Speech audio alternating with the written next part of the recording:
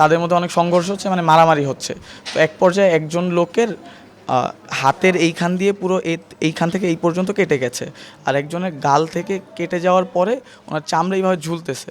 তো as a student, আমার ID কার্ডও তখন সাথে, অ্যাজ আ স্টুডেন্ট এই সব ঘটনা দেখে আমি সামনে এগিয়ে যাই যে যাতে ওই লোকটাকে আমি সেভ করতে পারি, এবং ওইখানে আমি জোরে জোরে বলিও যে ভাই ওনাকে হাসপাতালে নিয়ে যান, ওনাকে হাসপাতাল নিয়ে যান, ওনাকে আগে বাঁচানো জরুরি, যে ওনাকে হাসপাতালে নিয়ে যান। আমি জোরে জোরে এই কথা অনেকবার চিল্লাচিল্লি করে, কেউ যখন শুনতেছে না, আমি নিজে হাত দিয়ে ধরাধরি করে ওনাকে মানে সামনে নিয়ে আসতে চাচ্ছিলাম।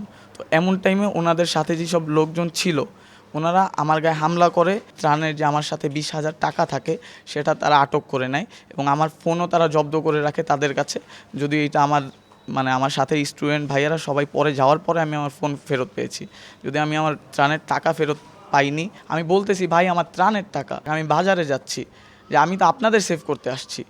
ওনারা কিচ্ছু শুনে নেই, বল টাকা বাইর কর নাইলে তোরে মারবো। এছাড়া ওই যে রিক্সা রাখে একটা স্ট্যান্ড থাকে না, এই কথা বলার পরে আমাকে ওই স্ট্যান্ড দিয়েও বাড়ি দিয়ে হচ্ছে আমার পকেট থেকে আমার 20,000 টাকা নিয়ে গেছে।